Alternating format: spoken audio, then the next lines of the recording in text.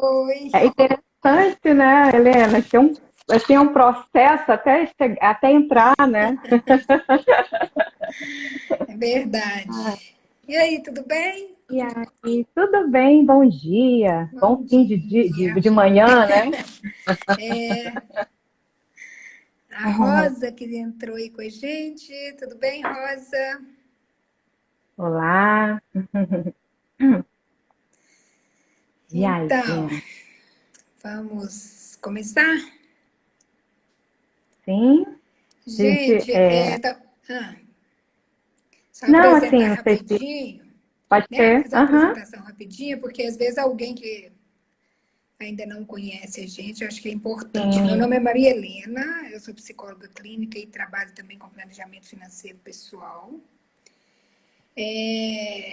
Conheço a Roberta, né, na época que morei no Rio, é uma grande amiga, e a gente teve essa ideia de, né, de fazer essa série de lives aí sobre os afetos.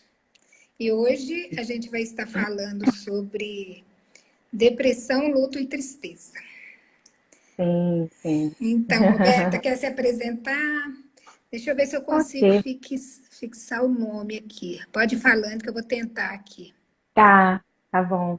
Deixa eu ver se. É, então, meu nome é Roberta, sou psicóloga clínica já tem um caminho aí, uma experiência já, uma longa caminhada, né, Helena? E ao longo desse processo também eu fui ampliando minha clínica. Hoje em dia eu atendo crianças, adolescentes e adultos. Por outro lado, também tem um trabalho que eu acho bacana também nessa intersecção com a clínica, que é nas práticas meditativas, no trabalho com mindfulness. Gosto muito também da prática do yoga, então eu penso nas práticas meditativas e nas práticas respiratórias dentro como possibilidade de intervenção em processos da clínica, né, em atendimento clínico. Então, é por aí. E a gente hoje vai falar sobre tristeza, luto e depressão, né, Helena? Sobre esse afeto aí, né? Mais um afeto que a Sim. gente vai abordar hoje, né? E quando a gente pensou nesse tema, né, Roberta, foi muito porque eu acho que existe uma confusão, talvez, né, de um luto que tem, né, de um luto que é muito necessário, né, passar pelas Sim. etapas, de uma Uhum. tristeza que é um afeto, né, uma das emoções primárias aí, e de uma Sim, depressão, que aí a gente já está falando de uma patologia, né? Então acho que mistura sim, um pouco, né, aquela coisa de buscar medicação porque está triste, ou achar que o luto tem que sair do luto, não tem que viver as fases. Então, sim, acho que é por isso que a gente pensou que seria um tema importante para a gente estar conversando, né? sim, com certeza. Eu acho interessante, Helena, talvez nesse primeiro momento, abordar um pouquinho a função da tristeza nas nossas vidas, né? Assim, o quanto. E aí eu acho que eu vou voltar um pouco, eu gosto de fazer essa volta, né, na gênese, na origem, para fundamentar um pouquinho e para a gente pensar nessa função da tristeza como importante e fundante também para a gente, né? Para a nossa vida, para a construção do nosso psiquismo também. Né? A gente está falando aqui, né, ao longo desse circuito dos afetos afetos primários e afetos que vão construindo, que vão nos moldando, né? Vão ajudando, construindo quem somos, né? E eu acho que a tristeza, se a gente for pensar nessa escala evolutiva, inclusive, né? E aí eu volto um pouquinho ali para a gente pensar na neurociência, eu acho que é interessante para a gente pensar isso, e depois eu vou articular um pouquinho com o meu campo de trabalho, que é a psicanálise, mas assim, no sentido de que na neurociência, né, tem um neurocientista é, que é interessante, que ele faz uma pesquisa que ele aborda 7 sistemas afetivos, 7 campos de afetos, que assim é como se fosse o nosso HD, que a gente nasce com ele. E isso não só na nossa espécie, mas assim, todos os mamíferos e pássaros. Então, acho que é Legal. interessante a gente pensar, né? E, assim, mais especificamente, ele fala de um sistema dentro desse complexo, dessas ferramentas básicas que a gente vê ao mundo, que ele fala que ele chama de pânico-luto. Então, assim, o que ocorre com os mamíferos no geral, né, e aí ele fala das semelhanças nessa pesquisa que ele faz, é que quando há um processo de separação, de separação da mãe, né, o filhote da mãe, o que ocorre é uma dor que dói fisicamente, e para além dessa dor que dói fisicamente, o grito, porque aí com a dor vem o grito de chamada, né, de busca por sobrevivência. Então a gente pode pensar nessa escala evolutiva como manutenção da nossa sobrevivência. E nessa busca pelo outro, quando esse outro não vem ou demora para chegar, enfim, não retorna, o que acontece também é desse filho ou desse bebê ou filhote, né, parar de gritar, até por conta dos predadores, né, para não chamar a atenção dos predadores, e aí ele entra num processo que ele chama aí nesse primeiro momento de luto. E dependendo da intensidade disso, né, dessa não acionamento, desse não chamado pelo outro, há um desligamento. E aí a gente pode pensar também como origem lá primeira, que a gente pode pensar no quadro de depressão.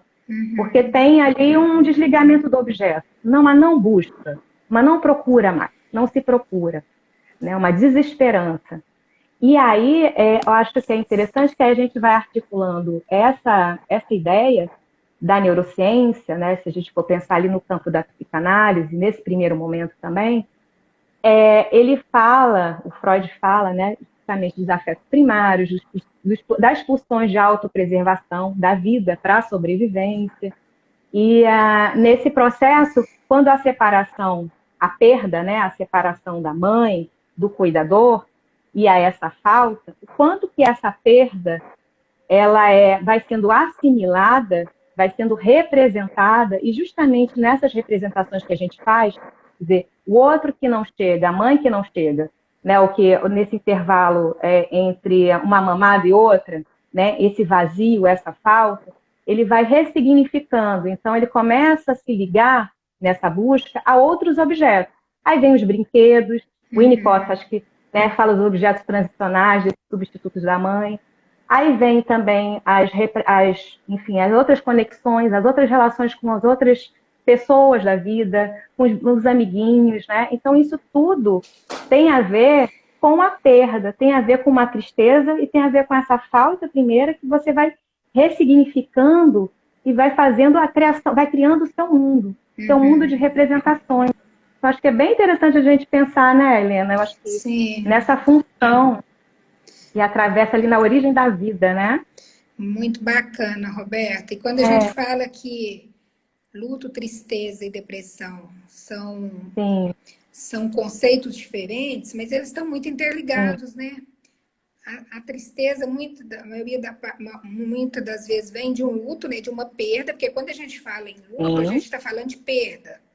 E perda não necessariamente de morte, né? De perdas. A perda de um emprego, a perda de uma posição profissional, a perda de um amigo que muda para longe, né? A perda de mudanças que traz essas perdas, pode startar um processo do luto, né? Então, essa tristeza. E quando a gente fala do luto, a gente vai falar aqui hoje das fases desse luto, e a depressão é uma das fases, né? Então, assim, apesar de ser conceitos diferentes, mas estão muito interligados, né? Sim, exatamente. Eu acho que, e a gente está falando aí, né, dessa tristeza, como você falou do processo de tristeza, o quanto é importante essa percepção, o quanto que é importante a gente perceber, né, que na tristeza está incluída uma perda, né? Existem, claro, microtristezas que a gente vai passando ao longo do nosso dia. Sei lá, um amigo que você não conseguiu encontrar, né? Uma aula que você não conseguiu assistir. Tem umas microtristezas no dia que a gente vai lidando com essas perdas também, que eu acho que é interessante, assim, que a gente mais facilmente, né? Depende também acho que às vezes entra uma intolerância também, inclusive nessas microtristezas, em lidar com elas, né? Mas que é importante esse manejo dessa falta, né? O manejo dessas perdas. E tem perdas maiores, como você falou, né? Perdas de entes queridos, perdas de, é, perda de uma representação de si mesmo, né? Muitas vezes você perde, sei lá, a perda do corpo que você tinha, perda da imagem que você tinha de si, perda do ideal que você tinha e que você não consegue alcançar.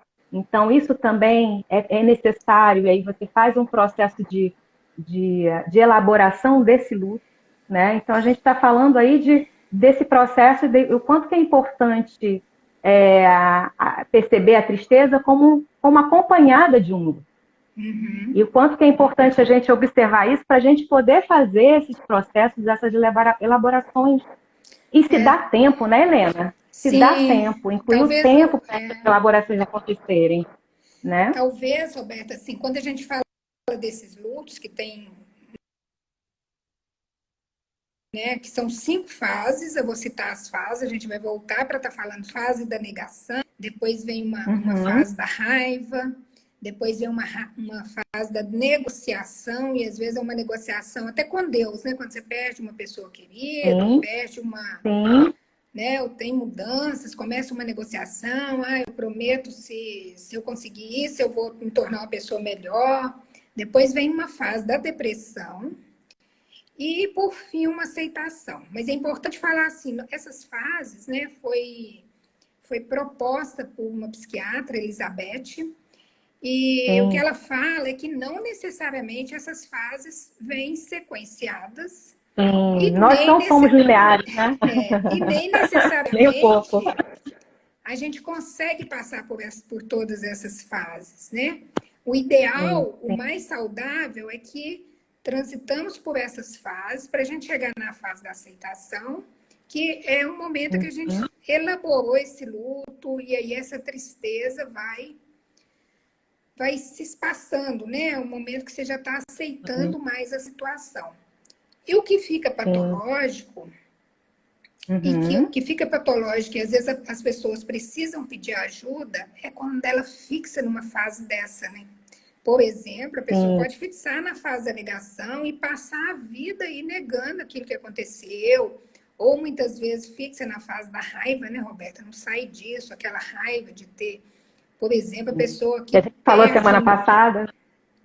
a pessoa que perde o emprego e Sim, e fica nessa fase da raiva, se sentindo injustiçado, porque quando a gente fala de raiva, está muito ligada à injustiça, né?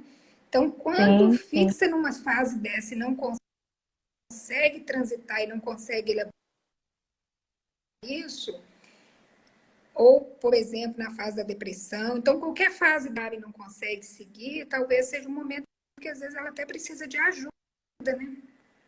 Tá ouvindo bem, Sim, sim, sim. Sim. Roberto? Eu estou ouvindo, às vezes está dando uma cortada, não sei se. Mas enfim, vamos. Acho que dá para É, entender. aqui eu acho que eu Essa é a estou internet ouvindo também que bem. vai e vem, né? A Fátima falou aqui, nunca tinha pensado em luto para todas Para todas essas essas situações. situações. Faz sentido. É, porque Pois quando a é, gente né, fala do Fátima? luto, a gente pensa muito na perda do ente querido. E eu, Especificamente, e eu né? não falei de um que é muito importante também, que é a separação, né? Um divórcio. É uma, essa separação, ela traz muito esse Uhum. processo. Desculpa, eu não ouvi esse finalzinho, Helena. Deu uma travada novamente na sua internet. Não sei se é na sua internet.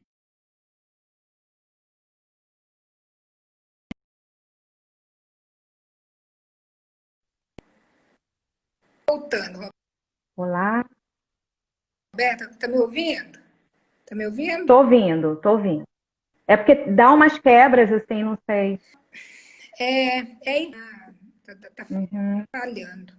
Mas o que eu estava falando, Roberta, é que outro processo de luto muito comum e esperado, né, que venha esse processo do luto, é uma separação conjugal, um divórcio, né, que é uma outra perda aí também, que é essas fases do luto. Sim, sim, sim. Eu acho que é interessante pensar, né, como a Fátima falou aqui também, nunca pensei no luto em todas essas situações, né? Mas se a gente for pensar, né, Fátima, assim, todas as nossas tristezas, elas incluem perdas, e elas incluem uma dose de luto. Claro que você não vai ficar, né? Tem processos e processos. Tem perdas que são mais intensas, como a gente conversou. E eu acho que a gente, quando nessas fases do luto que você falou, né, talvez assim, para pensar um pouquinho mais com as pessoas, que tem por exemplo, essa fase primeira, né? É importante a gente realizar essa perda, né? E como é que isso acontece ao longo dessas fases, né? Você falou dessa primeira fase de uma negação, né? E o quanto que, por exemplo, nessa negação, muitas vezes quando a gente tem esse processo de negação e que se fixa nele, né? Ou então, nessa linha também de uma negação, mas assim, tenta substituir, fazer uma substituição, por exemplo, aquela criança que perdeu o cachorrinho, aí os pais vão e rapidamente compram outro cachorro, e aí você não faz o processo, né, daquele ser que você já substitui por outro.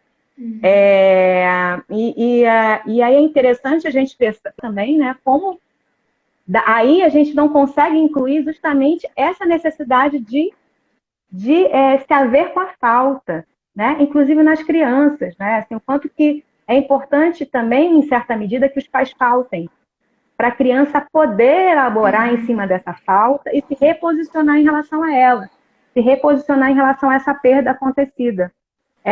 Você falou também, né, nesse processo do luto, da negação, o outro também foi na raiva. Também a gente pode pensar em uma alternância que acontece muitas vezes entre o amor e a raiva, né, Helena? E aí você, por exemplo, num processo de separação, um relacionamento amoroso que se separa, tem muitos momentos que você vai e volta e você, poxa, aquela pessoa me desconsiderou, que raiva, a culpa dele, aí culpabiliza o outro. E aí depois se culpabiliza por isso, né, por essa perda, poxa, onde é que eu devo ter errado? Então tem essa ambivalência que ocorre também muito dentro desse processo de luto, né? E o quanto que é importante a gente identificar isso, identificar que a gente está nesse processo e ser generoso com a gente também ao longo desse processo, né? Para poder saber, sentir, mas se dá tempo também para que essas coisas possam ser elaboradas e ser ressignificadas. A gente possa sair, por exemplo, daquela cena, né? Ou numa separação, efetivamente poder seguir o curso da vida, né? Fazer outros vínculos com outras pessoas, ter outros relacionamentos amorosos, porque muitas vezes a gente fica congelado numa cena, que eu acho que é o que você estava falando também, né? O que você estava falando Que eu sobre acho isso. eu acho que o mais importante é saber assim que a gente não é saudável, né? Congelar em dessas etapas e nem querer Sim, pular etapas, né, Roberta?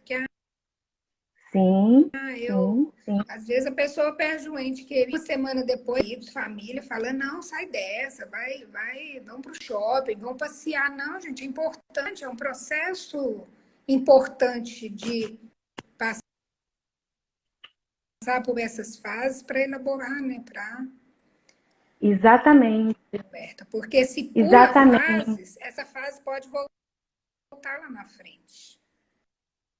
exa, exatamente, assim, como é que a gente pode até ampliar para pensar dentro da sociedade, a gente se relaciona como esse tempo que a gente vive, né, um tempo acelerado das coisas, né, e que a gente vive no automatismo, né, Helena, faz com que a gente não possa incluir esse tempo de escuta sobre si, de escuta sobre a perda, de poder atravessar e elaborar esses processos, né? A gente pensa aí nessa coisa. Tá ouvindo? Tá me ouvindo? Avisa pra gente, por favor, que a internet Avisa aí, está. é. E aí eu acho que assim, dentro desse processo também a gente vê, né, a questão justamente do relógio, da hora marcada, dessa aceleração, da internet, das tecnologias todas, de como a gente precisa estar o tempo, né, o tempo todo com aquela sensação de muitas atividades e de muitas atribuições, de muitas demandas, e que a gente precisa responder a todas essas demandas o tempo todo. E aí a vida vai passando e a gente, sabe, aonde que a gente se perdeu? Aonde que a gente não pensou perdas que houveram ao longo, né? A gente vai passando muitas vezes atropelando esses passos, né? E até, né, em relação também com o que a gente já chegou a conversar, acho que no afeto, né, falando sobre o amor, nesses processos também de relacionamento, de Tinder, de Instagram, enfim, né? Quantas curtidas você tem, tudo uma tentativa de preencher a falta, preencher o que falta, né? Então, esse outro que vem de alguma forma e que há uma demanda sobre desse outro que ele possa suprir a nossa falta.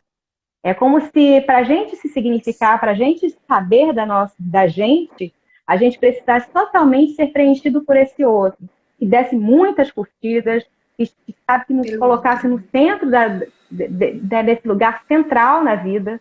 E aí também tem a ver com uma cobrança, com uma performance, né? Com uma tentativa de ter uma performance ao longo da vida,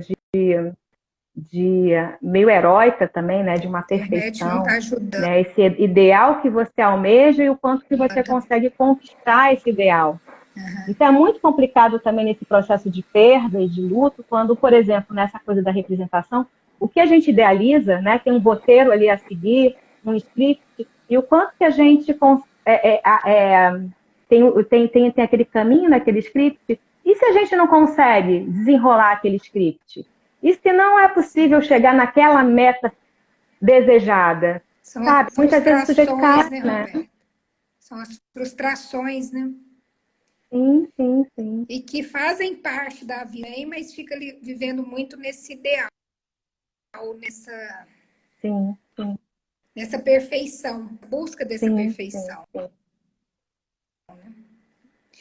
E outra coisa importante também é essa tristeza, né? Que é essa emoção necessária até, né, para nossa vida.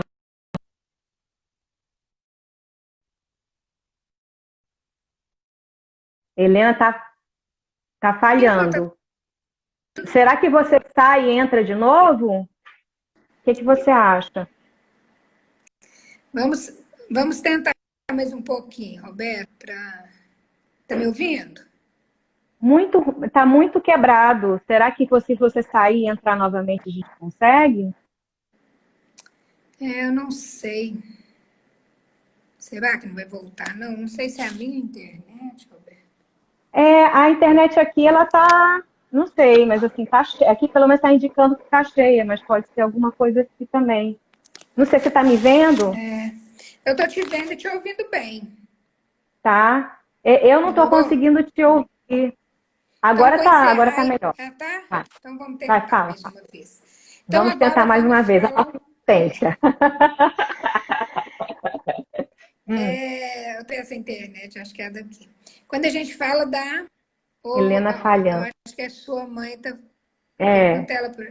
Ainda tá falhando?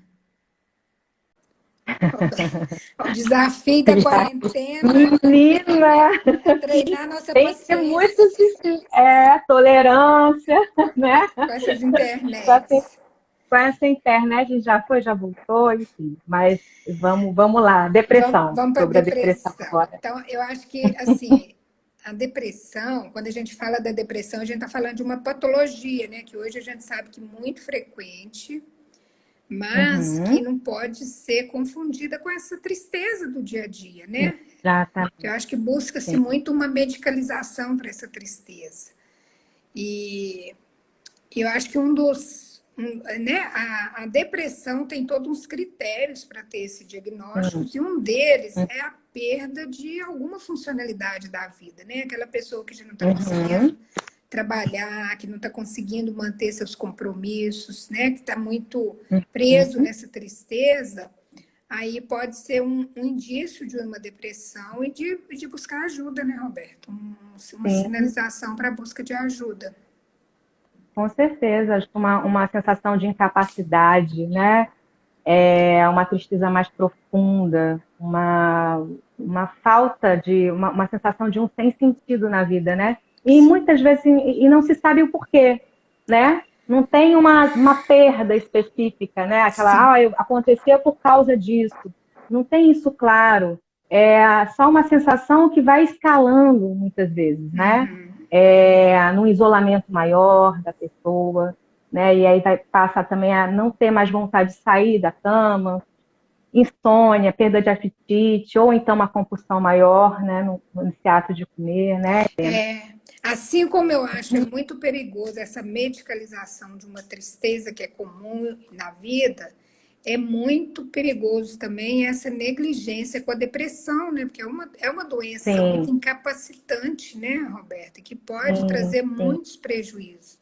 com Então, certeza. essa negligência também, porque é o senso comum que fala muito, não, é só você, vamos para o shopping, vamos passear, sai dessa cama, Sim, levanta essa sim, um certo não cabeça, entendimento, né? Acha besteira, acha bobeira, né? levanta a cabeça, Aham, é só você ter pensamentos positivos, né? Como se fosse uma uhum, chavinha, e é uma questão muito uhum, mais séria do que se pensa, né? Então, acho que tem muito também essa sim. negligência da depressão, né, Roberto? Sim, sim. E que, de novo, né, acho que tem a ver justamente com essa aceleração das coisas do nosso tempo e que a gente vai atropelando os nossos sentimentos, o que está ocorrendo, né? O estar doente. Espera só um pouquinho, abriu a porta ali.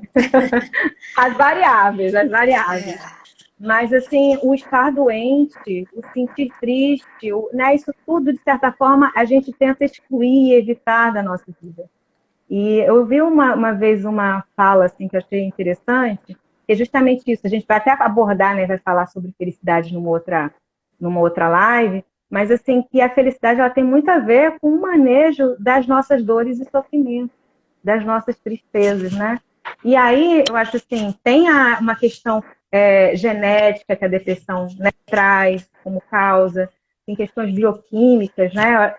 Mas eu acho que é interessante, e a gente pensa muito, né, na psicanálise pensa muito também sobre isso, nessa historicidade que leva a esse quadro, muitas vezes.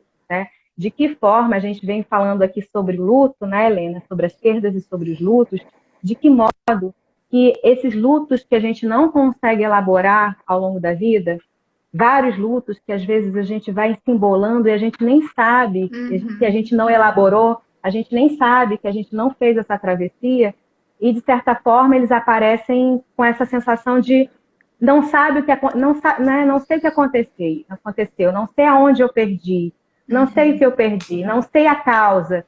E se a gente for pensar também dentro do processo de análise, a gente vai localizando também esses lutos não elaborados, essas perdas que estão ali, que talvez não foram atravessadas, né?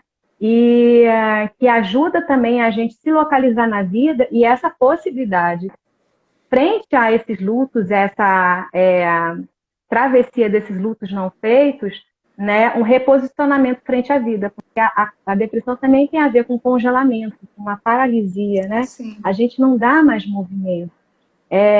Igual, lembra que a gente falou nesse primeiro momento, né, na neurociência, né, nessa pesquisa do Jack Panksepp, né, que ele fala desse afeto primário, né, de um dos sistemas de afeto, né, que é o pânico e luto, e no momento que o filhote, ou filho, o bebê, ele, né, sente dor da falta, da separação da mãe, e ele grita, né, por conta dessa dor, ele grita, e esse outro não vem, você, dentro desse processo, você tem um luto. E dependendo da intensidade disso e desse não vir, você se desliga do objeto. Você, né, nem busca mais. E tem a ver justamente com esse processo da depressão, de não se busca mais, não tem mais Desconecta, né? sentido. Desconecta da emoção para não Exatamente. sofrer, né? E Uma aí, desconexão. E aí, às vezes, o que a gente percebe, Roberta, são pessoas que estão na idade adulta e continuam desconectados, né? Porque como foi uma estratégia aliviadora naquele momento, já que eu não tenho atenção, eu me Uhum. desconecto, às vezes as pessoas passam pela vida desconectados, não quer entrar em contato, Sim. né? Porque se a pessoa não quer entrar em contato com as emoções ruins, né? Entre aspas, negativas, Uhum. elas também não conseguem entrar com as emoções positivas, né? As emoções Uhum. agradáveis, melhor falando. Sim, E sim, muitas das vezes está lá no início da vida, como você falou, né? Uma desconexão que foi exatamente. necessária para dar conta daquela dor emocional, né? E eu achei interessante, assim, só eu acho que para além disso que a gente está falando da depressão, né, trazer um pouquinho também do contexto da pandemia, né, Helena? Que a gente pensou em abordar aqui rapidamente, brevemente, Ah, porque sim. nesse momento a gente está vivendo, né? Tá me ouvindo?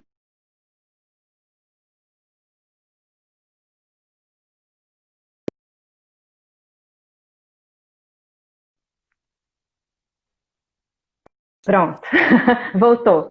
Então, dentro desse processo, Roberta, tem as descontinuidades, né? Fazem a parte também do desconectar, processo. é. Assim como a gente desconecta das A emoções, a gente se internet também. reconecta, Isso. mas a gente se reconecta, a gente insiste. Com, assim como nas emoções, a internet também tá, né? Desconecta e reconecta.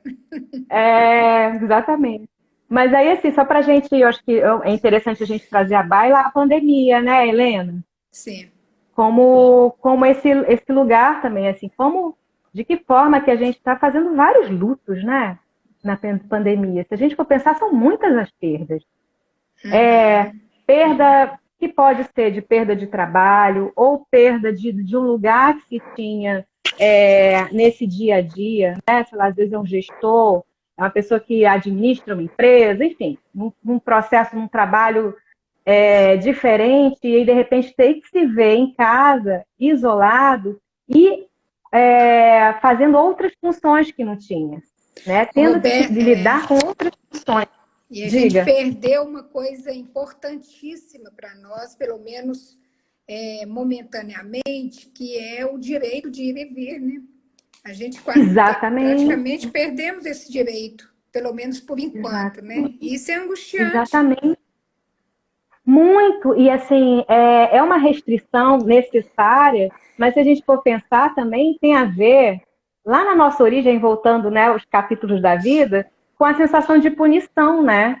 Sabe quando o pai fala Sim, assim, olha, fez uma coisa errada, vai sentar lá na cadeirinha ou vai para o seu quarto?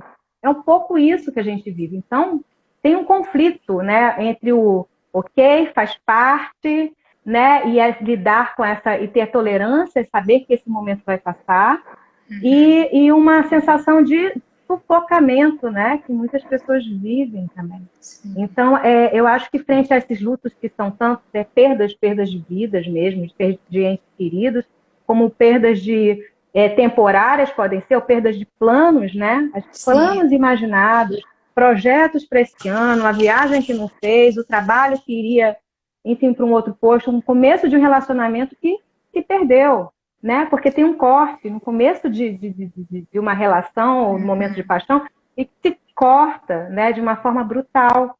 Então, assim, a gente tem que ser generoso com a gente nesse Sim, momento, né, Helena? isso que eu ia falar. Diante disso, né, Roberta, que É, não foi escolha, né? E é o mundo passando por isso, até para uhum, o que a gente precisa deixar estamos passando por esse momento de luto, de traumas, de desafios. O mais importante sim, nesse momento é a gente talvez não brigar muito com isso, é entender que é uma fase, assim como a gente falou lá no uhum, início, que esse luto tem umas fases, a gente também sim, tem. A gente está vendo muita gente negar o coronavírus até hoje, ainda está na fase da negação, sim, fixou, né, na fase da sim, negação. Muita gente que já que é passou pelo muito sofrido, né? É sofrido, muito outros que sofrido isso. já estão na raiva, outros, mas assim, o ideal é que a gente tenha, que a gente tenha essa consciência do que está acontecendo para a gente conseguir elaborar isso e ficar bem depois que isso tudo passar, né? Então, eu acho que a grande preocupação é essa: como vamos estar psiquicamente depois que isso tudo passar? E não é esperar passar para a gente conseguir elaborar isso. A elaboração precisa começar, precisa ser feita durante, né? Para a gente sair dessa pandemia saudáveis emocionalmente. Talvez a direção, que eu acho que a gente pode pensar como uma direção para isso, primeiro, essa generosidade que a gente precisa ter, né, nos momentos de raiva, de uma irritação, saber também, eu acho que localizar e saber que a gente está atravessando esse processo, que a gente está em lutos, eu acho que localizar as suas perdas é importante para a gente poder ir se redirecionando frente ao que se perdeu, né? Então, eu acho que tomar consciência desse processo ajuda a gente a ser mais generoso com a gente. Sim. Nesse momento. E, para além disso, eu acho que uma coisa que é importante também esse processo, no processo de elaboração, exatamente dessa escuta. Essa escuta ela só pode vir se a gente não apelar para a alta produtividade, para o preenchimento de todos os tempos, de todos os espaços da vida.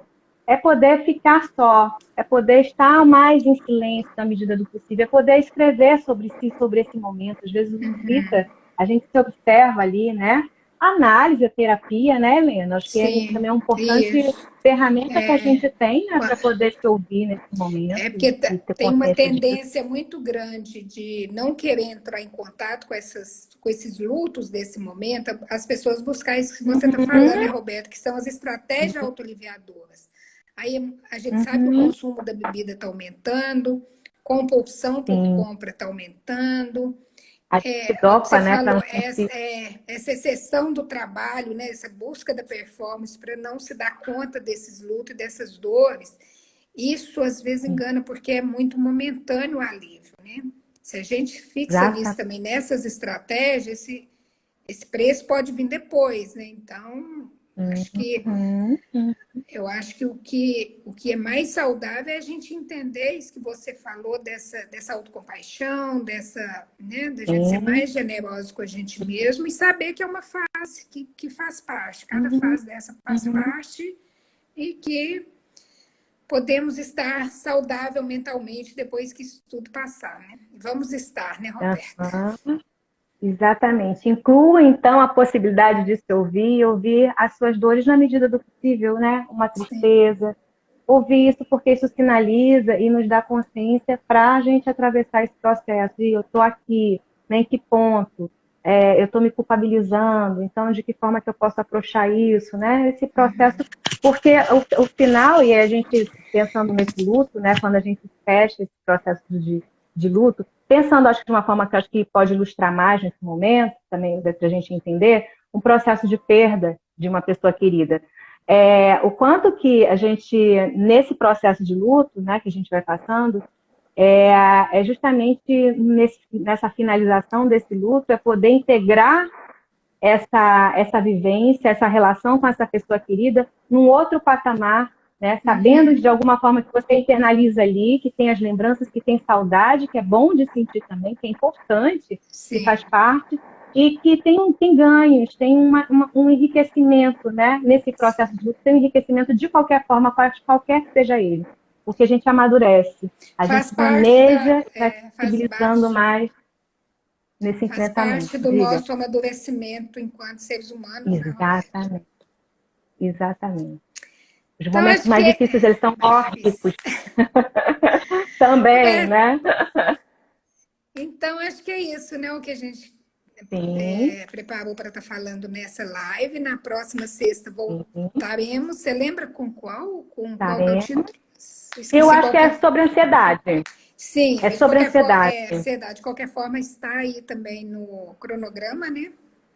Sim, no nosso cronograma. Obrigada para quem esteve aqui com a gente. Está sendo muito Sim, rico, apesar dessas idas e vindas. Isso faz parte. Né?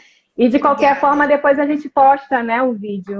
Né, vai estar lá IGTV, nos nossos IGTVs como material lá para quem tiver interesse. Ok, obrigada, Roberta, pela Beijo, parceria.